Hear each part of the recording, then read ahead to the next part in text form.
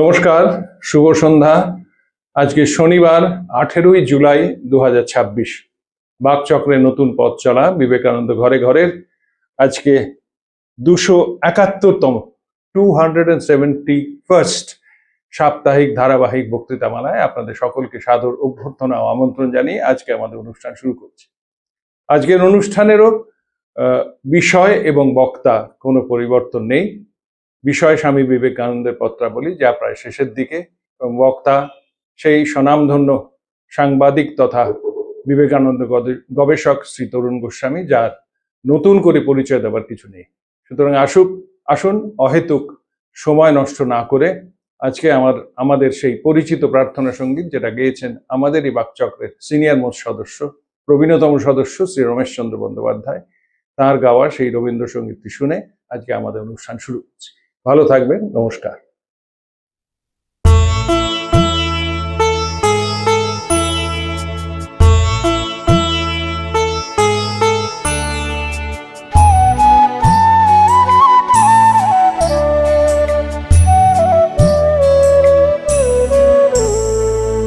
তোমারে করিয়াছি জীবনের ধ্রুবতারা, এ সমুদ্রে আরো কবু হব না গো পথহারা। তোমারে করিয়াছি জীবনের ধ্রুবতারা।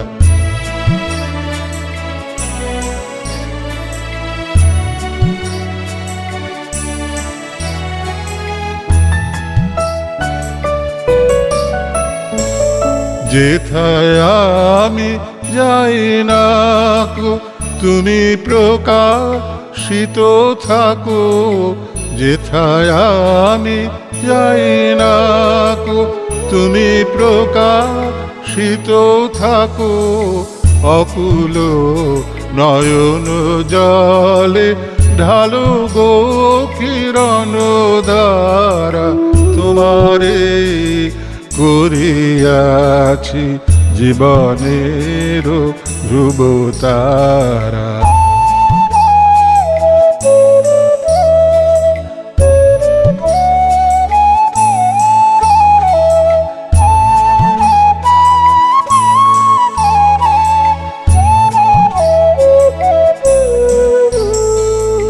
তব মুখ সদা মনে জাগিতেছে সঙ্গপানে, তিলেক অন্তর হলে নাহিরি কুল কিনারা।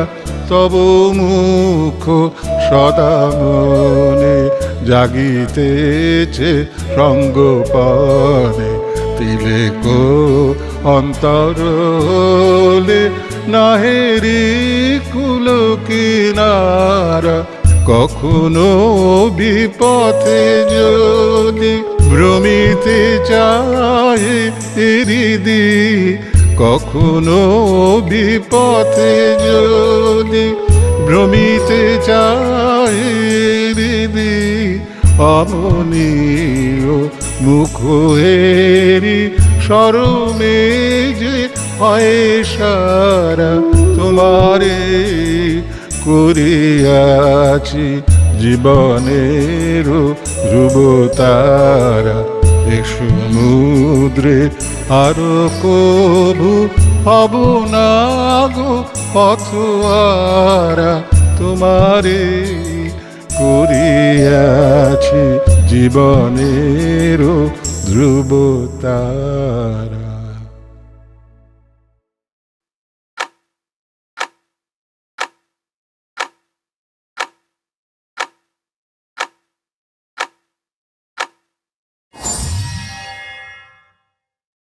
সুধীবৃন্দ, আজকে আমরা যে চিঠিটি পড়ব সেটি 3রা জুন 1901 সালে লেখা বেলুর মঠ থেকে স্বামী রামকৃষ্ণানন্দজিকে। স্বামীজি লিখছেন, কল্যাণ বরেশু, তোমার পত্র পেয়ে হাসিও পেল, কিঞ্চিত দুঃখ হলো। হাসির কারণ এই যে পেট গরমের কি স্বপ্ন দেখে তুমি একটা সত্য ঠাউরে নিজেকে দুঃখিত করেছো। দুঃখের কারণ এই যে এতে বোঝা যায় তোমার শরীর ভালো নয়, তোমার স্নায়ুমণ্ডলীর পক্ষে বিশ্রামের একান্ত আবশ্যক। শশী মহারাজ স্বপ্ন দেখেছিলেন যে স্বামীজি ওকে তুমুল গালাগালি দিচ্ছেন। এই স্বপ্ন দেখে ওর মনটা ভেঙে যায়। আমাদের এরকম মাঝে মাঝে হয়, আপনি ধরুন স্বপ্ন দেখছেন যে কেউ ওকে খুব গালাগালি দিচ্ছে, তারপর সেই যখন লোকটিকে দেখা হয় তখন একটু অভিমান হয় আমাদের, অ্যাজ ইফ যেন স্বপ্নে যা দেখেছেন সেটা সত্যি। তো স্বামীজিও সেটা বুঝে খুব আনন্দ পেয়েছিলেন। আমি তোমায় কস্মিন কালেও শাপ দিই নাই, আজ কেন দেব? আজন্ম তোমার ভালোবাসার পরিচয় পেয়ে কি আজ তোমার আজ কি তোমাদের অবিশ্বাস হলো? অবশ্য আমার মেজাজ চিরকালই খারাপ, আর আজকাল রোগে পড়ে মধ্যে মধ্যেই বড্ড ভয়ঙ্কর হয়, কিন্তু নিশ্চিত যেন যে সে ভালোবাসা যাবার নয়। স্বামীজি খুবই, তখন তো আনট্রিটেড ডায়াবেটিস, তো ভয়ানক রেগে যেতেন মাঝে মাঝে। এমনিতেই স্বামীজি রাগ ছিল, খুব খুব রাগ ছিল, আর তখন তো খুবই রেগে যেতেন। স্বামীজি উত্তর কলকাতার মানুষ ছিলেন বলে ভীষণ ঠোঁট কাটা ছিলেন, সামনে কথা বলে দিতেন এবং ঠিক বারবার বলছেন। আমরা সেই চিঠিটা বিবেকানন্দ ঘরে ঘরেতে পড়েছি যে আমি কি করে গুছিয়ে কথা বলতে হয় জানি না। ওই কারুর সম্বন্ধে রাগ হলো সামনেই তাকে বলে দিলেন, তার যে কি কনসিকুয়েন্স হতে পারে সেটা নিয়ে কখনো ভাবেননি। এই করে বহু বিদেশি মানুষের সঙ্গে তার সম্পর্কটা অনেকটা চলে যায়, কিন্তু বলছেন যে ওলিসেরা বুলকে লিখছেন যে ওটা আমার পক্ষে রিপেয়ার করা সম্ভব নয়, ওটা আমি ঠিক পারবো না, ওটা আমার নেচারই তাই। এখানেও তাই, আজন্ম আমার ভালোবাসার পরিচয় পেয়ে কি আজ তোমাদের অবিশ্বাস হলো? অবশ্য আমার মেজাজ চিরকালই খারাপ, আর তাই আজকাল রোগে পড়ে মধ্যে মধ্যে বড্ডই ভয়ঙ্কর হয়, নিশ্চিত যেন যে সে ভালোবাসা যাবার নয়। আমার শরীর আজকাল একটু ভালো আছে। মাদ্রাজে বৃষ্টি আরম্ভ হয়েছে কি, দক্ষিণে একটু বর্ষা আরম্ভ হলেই আমি বোধহয় বম্বে পুনা হয়ে মাদ্রাজ যাব। বর্ষা আরম্ভ হলেই বোধহয় দক্ষিণের প্রচণ্ড গরম থেমে যাবে। সকলকে আমার বিশেষ ভালোবাসা দিও, তুমিও জানিও। এই যে কালকেই কথা হচ্ছে স্বামী মহাপ্রজ্ঞানন্দের সঙ্গে, এইগুলো চলিত ভাষায় করতে হবে।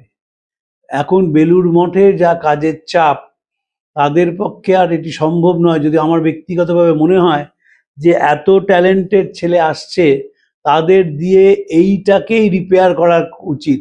তাদের কাজই হবে কমপ্লিট ওয়ার্কসটাকে সহজ করে মানুষের কাছে তুলে ধরা, এবং কাজ হবে ব্যাপকভাবে প্রচার করা। প্রচারের দিকটায় রামকৃষ্ণ মিশন পিছিয়ে পড়ছে, বিষয়ে আমার কোনো সন্দেহ নেই। ধরুন মারি লুই বার্কের যে বই আছে Vivekananda in America, new discoveries, কোথাও বিজ্ঞাপন দেওয়া হয় না। ওই যারা কিনেছে ব্যাস, শেষ হয়ে গেছে। বইটার কি বিষয় এই নিয়ে বিভিন্ন জায়গায় ওয়ার্কশপ করে বইটা বিক্রির ব্যবস্থা করা উচিত, কারণ এতে বহু মানুষের উপকার হবে। কিন্তু পাবলিসিটিতে রামকৃষ্ণ মিশন খুব একটা এগিয়ে নেই। গোবিন্দ সদাশিব ঘুরি তার বিখ্যাত গ্রন্থ বিবেকানন্দ সাধুতে বলেছিলেন, unending names have gained favor among all sects of Indian sadhus, and what is more important, his example has reawakened the Indian sadhus the need of wider organization and propaganda. আমাকে তো জানাতে হবে মানুষকে কি হয়।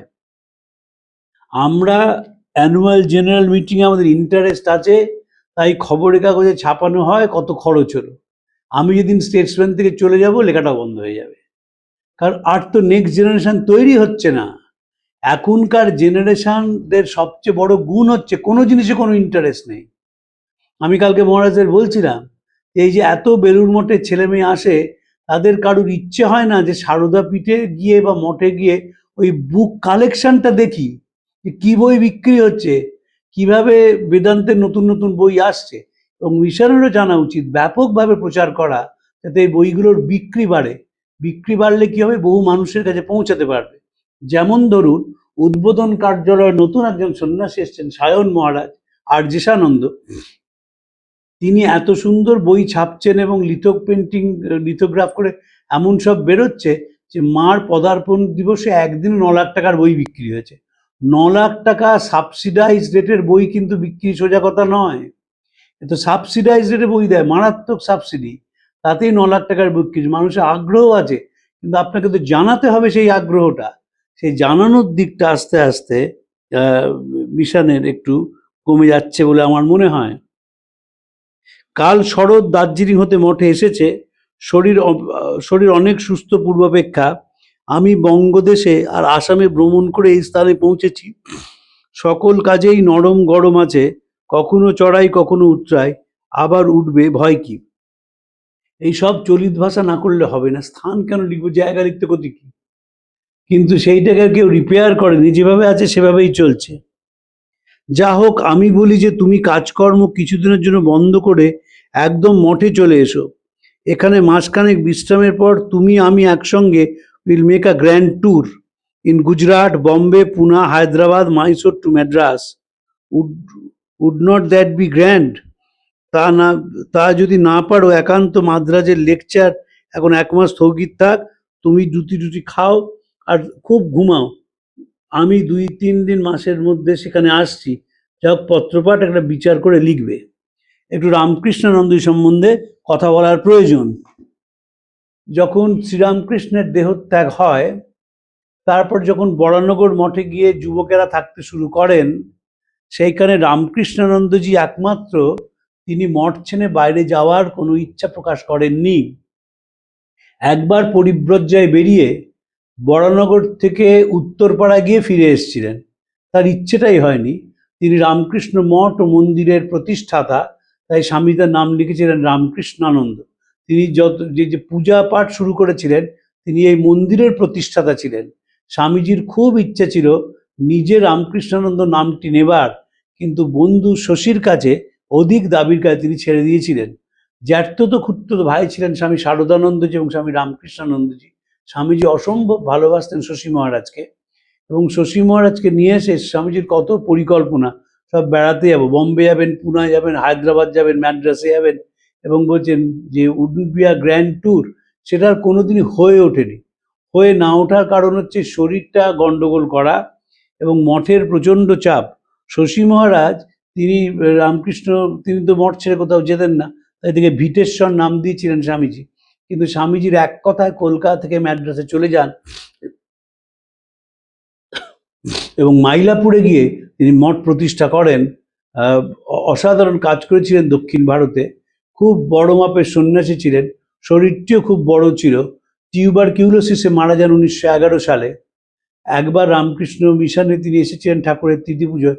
স্বামী তাকে দেখে অত্যন্ত খুশি হয়েছিলেন, এবং সেই যে মাদ্রাজে চলে গেলেন তিনি আর ফিরতে পারলেন না, কারণ তখন রামকৃষ্ণ মিশনে অত পয়সা নেই। ইচ্ছে হলো এই ম্যাড্রাস থেকে কলকাতায় চলে আসবেন। এখন ট্রাভেল এজেন্টরা এক্সিকিউটিভ ক্লাসের টিকিট নিয়ে বসে আছে তারা ফোনের অপেক্ষায়। তখন রামকৃষ্ণ মিশনে সে পয়সা ছিল না। স্বামী শারদানন্দজি মঠের যে কনভেনশন হয়েছিল সেখানে একটা অসাধারণ বক্তৃতা দেন। সেখানে বলেন যে এখন সব মানুষ আমাদের অবিশ্বাস করছে, এটা এই অবস্থা একরকম, এবার কিছু মানুষ বিশ্বাস করবে, সেই অবস্থা আরেক রকম, আর এরপরে বহু মানুষ আমাদের সমর্থন করবে এবং টাকা দেবে, তখন অবস্থা সবচেয়ে ভয়ঙ্কর। সবচেয়ে ভয়ঙ্কর তার কারণ হচ্ছে যে ভক্তরা সাধুদের সঙ্গে সন্ন্যাস জীবন নিয়ে কথা বলেন না, এবং ভক্তরা নিজেরা যা করেন সাধুকে সেইটি দিয়ে তার অভ্যেসের 12টা বাজিয়ে দেন। আমি উদাহরণ দিচ্ছি না, আমি যেহেতু খুব ছোট বয়সের সঙ্গে সঙ্গে জড়িত। ভক্তদের কোনো সেন্স নেই, অধিকাংশ ভক্তের। ভরত মহারাজ বলতেন রামকৃষ্ণের চেলা প্রসাদ পাবার বেলা, কিন্তু তখনকার হচ্ছে দরিদ্রের রামকৃষ্ণ মিশন। স্বামী প্রভানন্দজি যখন ভাইস প্রেসিডেন্ট হয়ে গেলেন, তখন মহারাজের কাছে আমি প্রত্যেক শনিবার যেতাম, জেনারেল সেক্রেটারি এরকম ছিলেন তখনও যেতাম। মহারাজ আমাকে দেখেই বলতেন, তুমি এতক্ষণ বড় লোকের মিশনে ছিলে, এখন গরিবের মিশনে এসছো।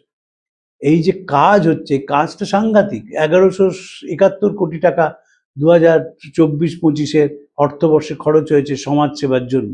কিন্তু শশী মহারাজের সময় রামকৃষ্ণ মিশনের দরিদ্র অবস্থা, তিনি মাদ্রাজে রয়েছেন, একদিন কোনো খাবার নেই, শ্রীরামকৃষ্ণকে তো দুপুরে প্রসাদ দিতে হবে যে অর্ঘ্য।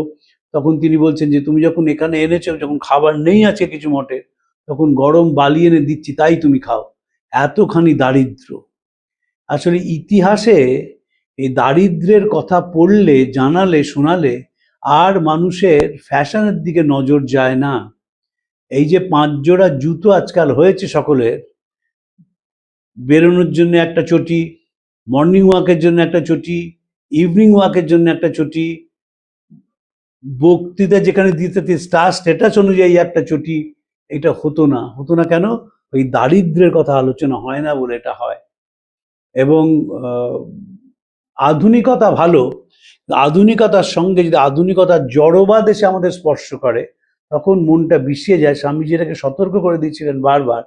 হয় হয় এই পাশ্চাত্য বীর্য তরঙ্গে ভারতবর্ষের বহুকাল আর্জিত রত্নরাজি না ভাসিয়া যায়, ভয় হয় ভারতবর্ষ না ঐহি ভোগলাভের রণভূমিতে পরিণত হয়, ভয় হয় অসম্ভব অবাস্তব মূলাচ্ছেদকারী ভাবকে অনুকরণ করিতে গিয়া আমরাও না ইত নষ্ট শতভ্রষ্ট হইয়া পড়ি। স্বামীজির বিখ্যাত চিঠি আমরা বিবেকানন্দ ঘরে ঘরেতে পড়েছি, আবার সেটাকে বললাম। কিন্তু শশী মহারাজের প্রতি স্বামীজির একটা অদ্ভুত টান ছিল। এবং একদিন বরানগর মঠে বিশ্বনাথ দত্ত স্বামীজিরা মালিদা চাদর দিয়েছেন, খুব দামি চাদর। তো সেই চাদরটা স্বামীজি শশী মহারাজকে দিয়ে পরিব্রাজক হয়ে বেরিয়ে যান। তো শশী মহারাজ সেই চাদরটি গায়ে দিয়েছেন।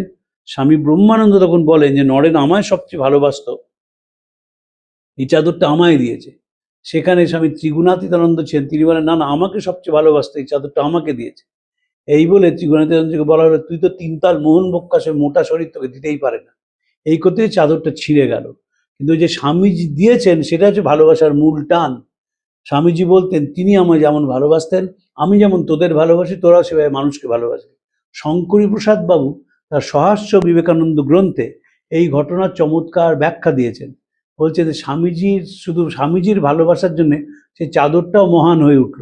মালিদা চাদর বিশ্বনাথ স্বামীজিকে দিয়েছিলেন। মালিদা চাদর ছিল তখনকার দিনে সবচেয়ে প্রেস্টিজিয়াস চাদর। সেই চাদর তিনি ছেলেকে পরিয়ে দিয়েছিলেন। ওই পাশমিনা শাল যেরকম হয় সেরকম হয়, নানা রকম কাজ করা থাকে। বিশ্বনাথ নিজে খুব শৌখিন মানুষ ছিলেন, তাই সেটি তিনি তার বড় ছেলেকে দিয়ে দেন।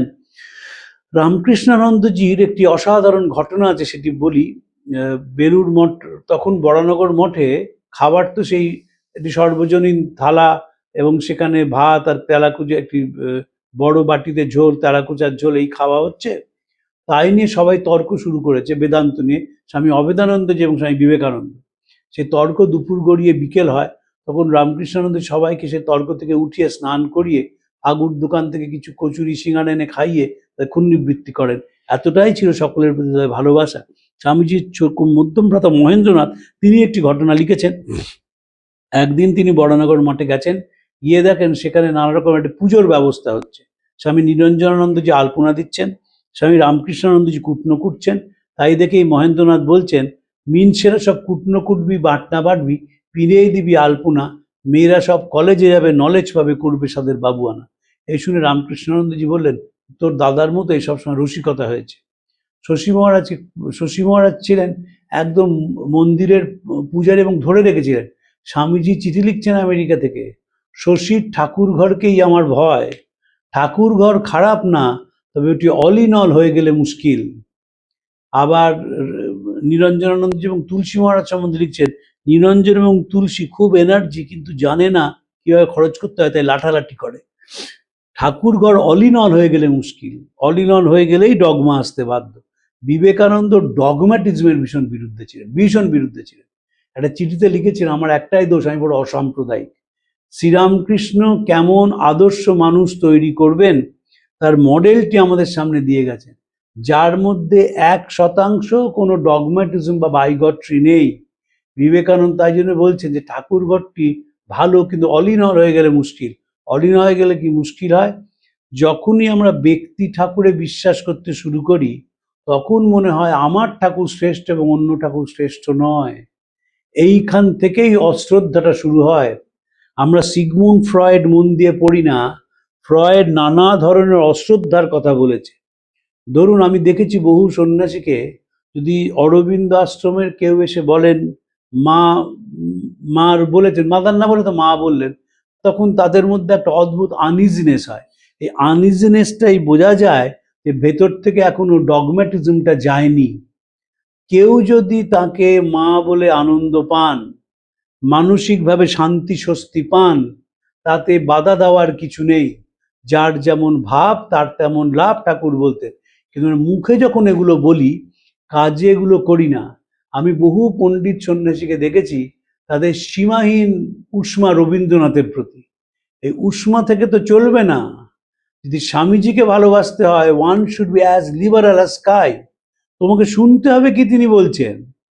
আর রবীন্দ্রনাথ কেন স্বামীর সঙ্গে মিশলেন না, আমরা কাউকেই পাইনি। রবীন্দ্রনাথকেও পাইনি, স্বামীজিকেও পাইনি যে জিজ্ঞেস করব। কিন্তু পারস্পরিক শ্রদ্ধা যে ছিল এ বিষয়ে কারুর কোনো সন্দেহ নেই। কিন্তু তারা ওই শ্রদ্ধার দিকে না তাকিয়ে তখন তারা ওই শ্রদ্ধা না করে কোথায় কার কি ঝামেলা ছিল তাই নিয়ে আলোচনা করেন।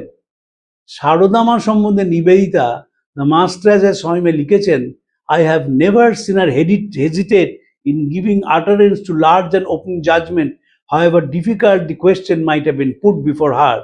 মাকে যে প্রশ্নই করা হোক উত্তরদানের ক্ষেত্রে উদারতায় কোনো খামতি মারছিল না। এবং এই যে তিনি একটি মডেল হয়ে উঠেছিলেন তার কারণ কোনো খামতি নেই। বিবেকানন্দ চর্চা বা রামকৃষ্ণ চর্চার প্রথম কন্ডিশন হচ্ছে যে কোনো খামতি, যদি কোনো মানসিকভাবে কোনো রকমের খামতি থাকে তাহলে এদের দর্শনটা বোঝা যাবে না। তাই যখন আপনি বলবেন সে খামতি নিয়ে বললে তার কোনো ইম্প্যাক্ট হয় না। আপনি ইন্টেলেকচুয়াল জিমনাস্টিক্স করতে পারেন। স্বামীজি বলছেন যে world is a gymnasium where we come to increase our strength. যে স্ট্রেংথ আর হয় না, রামকৃষ্ণানন্দজি সেই স্ট্রেংথ ছিল। তিনি এক কথায় চলে গিয়েছিলেন মাদ্রাজে, যাদের ভাষা তিনি জানেন না, খাদ্যাভ্যাসের সঙ্গে তার কোনো পরিচয় নেই। তখনকার দিনের মাদ্রাজ, এখন নয় যে সুইগি আপনাকে খাবার দিয়ে চলে গেল। স্বামী রামকৃষ্ণজি খুব আনন্দ পেয়েছিলেন যখন স্বামীজি দ্বিতীয়বার বিদেশে যাচ্ছেন, তিনি মাদ্রাজে আসবেন ভেবেছিলেন, কিন্তু কর্তৃপক্ষ তাকে নামতে দেয়নি। যেহেতু ইংরেজ কর্তৃপক্ষ তাকে নামতে দেয়নি জাহাজ ঘাটে, রামকৃষ্ণদের নৌকো করে চলে যান। স্বামীজি অনেক বকুনি দিলে তবে চলে আসেন। সারাদিন সেখানে অপেক্ষা করছিলেন স্বামীজির জন্যে। স্বামীজিও ডেকে দাঁড়িয়ে তার সঙ্গে কথা বলেন এবং নানা রকমভাবে ব্যক্তিগত আলাপচারিতা চলতে থাকে। স্বামীজির শরীর খারাপ হওয়াতে তখন বকুনি দেওয়াতে রামকৃষ্ণজি চলে আসেন। এই যে গুরু ভাইয়ের প্রতি টান, সেই টানটা দেখার মতন। স্বামীজি আমেরিকায় বলেছিলেন, আমি যদি মদ্যপ অসচ্চরিত্র হয়ে যাই তোমরা আমাকে ঘাট ধরে তাড়িয়ে দেবে, কিন্তু আমার কলকাতায় এমন গুরু ভাই আছে যাদের কাছে আমি এক নরেন থাকবো। এই ভালোবাসা যখন দেখা যায় তখন জন্ম নেয় নতুন ধর্ম। কালকে আমি বেলুর মঠে গিয়েছিলাম, সেখানে স্বামী প্রেমানন্দজিকে নিয়ে আলোচনা হচ্ছিল। স্বামী প্রেমানন্দজি একদিন, সেই ঘটনা আছে স্বামীর শিষ্য সংবাদে, শিষ্য শরৎচন্দ্র চক্রবর্তী যে থালায় ঠাকুরের পুজোর ফুল রাখা হয় সেই থালায় স্বামীজির জন্য ফুল রেখে স্বামীজির পা সেখানে রেখে পুজো করে ফেলেছিলেন। স্বামীজি সঙ্গে সঙ্গে বলেন, দেখ বাবুরাম যদি দেখে ফেলে তাহলে কিন্তু তোর সর্বনাশ। প্রেমানন্দ সেটা দেখে ফেলেছিলেন। দেখে ফেলে যে কথাটি বলেছিলেন সেটি সাংঘাতিক।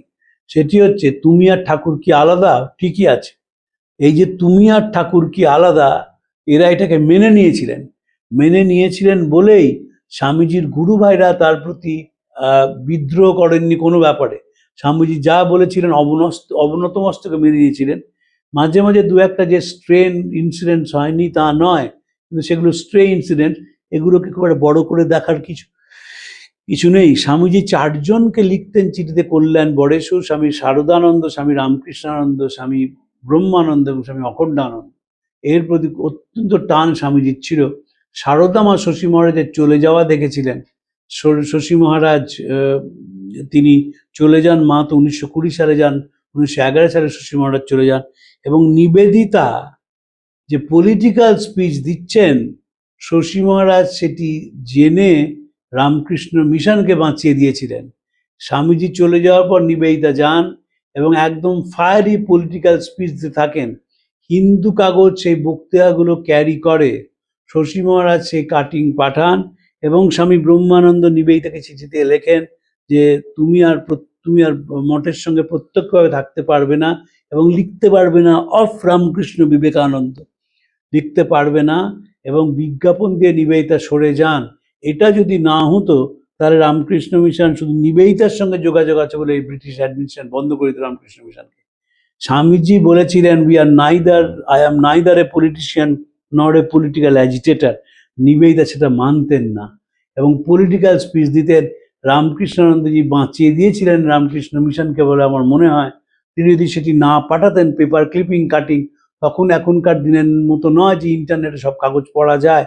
মাদ্রাজের হিন্দু কি লিখছে সেটি কলকাতায় পড়ার কোনো স্কোপ তখন ছিল না, কিন্তু তিনি পাঠিয়েছিলেন ক্লিপিং। সেই দিকে ব্রহ্মানন্দজিরা সিদ্ধান্ত নেন যে নিবেদিতার সঙ্গে যোগাযোগ ঠিকই থাকবে। যোগাযোগ ছিল, আমৃত্যু যোগাযোগ ছিল নিবেদিতা, কিন্তু প্রাতিষ্ঠানিকভাবে তিনি বিজ্ঞাপন দিয়ে সরে গেলেন। না হলে সাহেবদের চোখ যেভাবে মিশনের উপর পড়েছিল, তারা 1903-4 সালেই রামকৃষ্ণ মিশনকে বন্ধ করে দিতেন। রামকৃষ্ণানন্দজি যখন মাইলাপুরে চলে যান, সেখানেও সেবা কাজের মধ্যে ব্যস্ত ছিলেন। স্বামীজি যে বিলেত থেকে প্রথম চিঠি লেখেন সেটি তাঁকেই লেখা। সেখানে লিখেছিলেন, কালীকৃষ্ণবাবু, তারকদা, তোমাদের একটা মতলব দিচ্ছি, একটা বড় চালা চাই, বরানগরে অনেক গরিব গুরু আছে, তাদের জুটিয়ে আনা চাই, ম্যাজিক লণ্ঠন দিয়ে গ্লোব দিয়ে পড়াতে হবে, ওসব পুঁথি পাত্রার কাজ নয়, মুখে মুখে শিক্ষা দাও। তার চিঠিটা কিন্তু রামকৃষ্ণানন্দজিকে লেখা, তাকে উদ্দেশ্য করে লেখা। তখন কেউ ভাবেননি যে স্বামীজি এরকম বিখ্যাত হবেন, কেউ ভাবেননি যে স্বামীজির পত্রাবলী এত মন দিয়ে পঠিত অন্বেষিত হবে। তাই জন্য সেই চিঠি পরে ছাপানো হয়, এবং শশী মহারাজকে লেখা চিঠি, সেই চিঠিতে স্বামীজি বলেছিলেন যে নিজে নরকে গিয়েও পরের মুক্তি চায়, সেই রামকৃষ্ণের ছেলে, সেই আমার ভাই, আর যে পারবে না সে তফাৎ হয়ে যাবে এই বেলা ভালোই ভালোই। প্রত্যেকটা চিঠির মধ্যে মানুষের কথা বারবার ফুটে উঠেছে, এবং মানুষই তার কেন্দ্রবিন্দুতে অবস্থান করছেন। কালকে আমি পড়ছিলাম স্বামীজির যখন মাদ্রাজে ফের আসেন 1897 সালে, তখন সুব্রহ্মণ্য ভারতী আয়ার তার বাড়ির তেতার একটা ঘর স্বামীজির জন্য রেখে দেন। সেখানে স্বামীজি বলেন, আমার একান্ত ইচ্ছা 3টি শিক্ষা প্রতিষ্ঠান তৈরি করা, যেখানে ছেলেরা ভারতবর্ষের দর্শন এবং ইতিহাস পড়ে বিদেশে সেটাকে প্রচার করবে। এখনো তা হলো না, কিন্তু এখনো যে বিদেশে ভারতীয় দর্শন প্রচার করা হয়, সেখানে অনিবার্যভাবে ভগবান চলে আসেন। ভারতীয় দর্শনে দেবতার কোনো স্থান নেই। মনে রাখতে হবে, আমাদের দর্শন আর পুরাণ এক নয়। যে স্বরদর্শন আছে, সেই স্বরদর্শনে দেবতার কোনো জায়গা নেই। 6টি আস্তিক দর্শনেও নেই, 3টি নাস্তিক দর্শনেও নেই, 4 ভাগ বৌদ্ধ এবং জৈন, সেখানেও দেবতার কোনো স্থান নেই। কিন্তু মানুষ সঙ্গে সঙ্গে ওই দেবতাকে নিয়ে আসে, কারণ মনে হয় সকলের যে দেবতা না প্রচার করলে কেউ শুনবে না। আমাদের ফিলসফি হচ্ছে ড্রাই মেটাফিজিক্স, অ্যানালিটিক্যাল ফিলসফি, সেখানে বিশ্লেষণ করে এগোতে হয়, এবং সেখানে একটি মন বিশ্ব চরাচরে শেষ হয়। স্বামীজি সেইটি প্রতিষ্ঠা করতে চেয়েছিলেন। শশী মহারাজ যখন মাদ্রাজে আছেন, একাধিক চিঠি পাবেন, একটা কাগজ খোলো আর প্রতিষ্ঠানকে ছড়াও, যেখানেই যাবে সেখানে একটা শিক্ষা প্রতিষ্ঠান তৈরি করো, যুবকদের নিয়ে একটা অর্গানাইজেশন তৈরি করো, কাগজ বের করো। এ কোনো ভারতীয় বলেছেন বলে আমার রবীন্দ্রনাথ কোনোদিন বলেননি। ধারণাটাই ছিল না যে এইভাবে একটা দেশের রিজেনারেশন সম্ভব। প্রথমে যুবকদের অর্গানাইজ করো, তারপর তারপর শিক্ষাইতে শুরু করো যারা শিক্ষার আলো পেল না, এবং একটা কাগজ বের করো যার মধ্যে দিয়ে ইতিবাচক বোধ তুলে ধরো। এই যে পেপার রিডিং কেন ইম্পর্টেন্ট, যদি আপনি পেপার রিডিংয়ে ইতিবাচক পজিটিভ কিছু দেন, সেটি মানুষের মনে গভীরভাবে ছাপ ফেলে। এবং আমরা মানি আর না মানি, বিবেকানন্দ চর্চা কিভাবে ছড়িয়ে পড়ছে তাতে এখনকার বহু রিল দেখলে বোঝা যায়। সেই রিলের মাধ্যমে পজিটিভ সাইকোলজি, পজিটিভ থটস মানুষের মধ্যে দেওয়া হচ্ছে, এবং যত বেশি এইরকম পজিটিভ থটস এবং সাইকোলজি ছড়াবে, তত সমাজের উন্নতি হবে। যে সমাজ পরের জন্য চোখের জল ফেলতে ভুলে গেছে, যে সমাজের অনুভবী মন নেই, যে সমাজ পরের কথা ভাবে না, মানুষের তৈরি করা সেই কৃত্রিম সমাজ ভেঙে পড়ে। সারা পৃথিবীতে এটা ইতিহাস। যদি তাই হতো, তাহলে আমেরিকান ওই অ্যাপারেন্ট সাকসেসের মধ্যে দিয়ে এত অন্তরের বুভুক্ষা নিয়ে বাঁচত না। তাহলে আমেরিকা থেকে সবচেয়ে বেশি সাইকোলজির বই তৈরি হতো না, লেখা হতো না, যেখানে সামাজিক বুভুক্ষার কথা বলা রয়েছে। যদি চাকচিক্যটাই মনোবিজ্ঞানের মূল বিষয় হতো, তাহলে সারা পৃথিবীকে তারা শেখাতো তোমরা চাকচিক্যের মধ্যে এসো। সেটা না শিখিয়ে শেখাচ্ছে যে কিভাবে শান্তি পেতে হয়, সেই শিক্ষাটা দরকার। আধুনিক যে সোশ্যাল সাইকোলজির বই বেরোচ্ছে, আধুনিক যে সাইকোলজির বই বেরোচ্ছে, তার সব কটার বিষয় হচ্ছে রেস্ট্রেন। কোথায় সেই রেস্ট্রেনটা দরকার? জোসেফিন ম্যাকলাউডকে স্বামীজি লিখেছিলেন, ভারতের সভ্যতার উপর দিয়ে নানা সময় নানা ঝড় বয়ে গেছে, সেটি শিখিয়েছে যে ত্যাগই মূল কথা, ভোগ নয়। আর পাশ্চাত্যের নতুন সভ্যতা এখন সভ্যতার সুরাপানে মত্ত। যতক্ষণ না তারা ত্যাগের পথে যাচ্ছে, ততক্ষণ এই সভ্যতার কোনো মূল্য নেই। রামকৃষ্ণানন্দজি মাদ্রাজে প্রচারক হিসেবে খুব সফল ছিলেন। আলাসিঙ্গা পেরুমলের একটি বই আছে যে মাদ্রাজে তো ইংরেজি ছাড়া তখন কোনো ভাষা নেই, যে কথা বলার কোনো উপায় নেই, মাদ্রাজি ভাষা তিনি জানতেন না। তো শশী মহারাজ ইংরেজি নিয়ে ইংরেজিতে বক্তৃতা করতেন এবং তার বক্তৃতা অসম্ভব ভিড় হতো। জোসেফিন ম্যাকলাউড একবার গেছেন, শশী মহারাজ দুপুরে বিশ্রাম নিচ্ছেন, তিনি মাইলাপুর মঠে বলেন যে স্বামীজির মন্দির খোলো। তাকে বলা হয় মন্দির তো এখন বন্ধ থাকে, আবার বিকেল বেলায় খুলবে। তখন জোসেফিন ম্যাকলাউড, যে স্বামীজি বলেন, তাকে ধমকের সুরে বলেন, যদি স্বামীজি বেঁচে থাকতেন, আমি মাদ্রাজে এসছি আর তিনি আমাকে জাহাজ ঘাটে আনতে যাবেন না, কখনো হতে পারে না।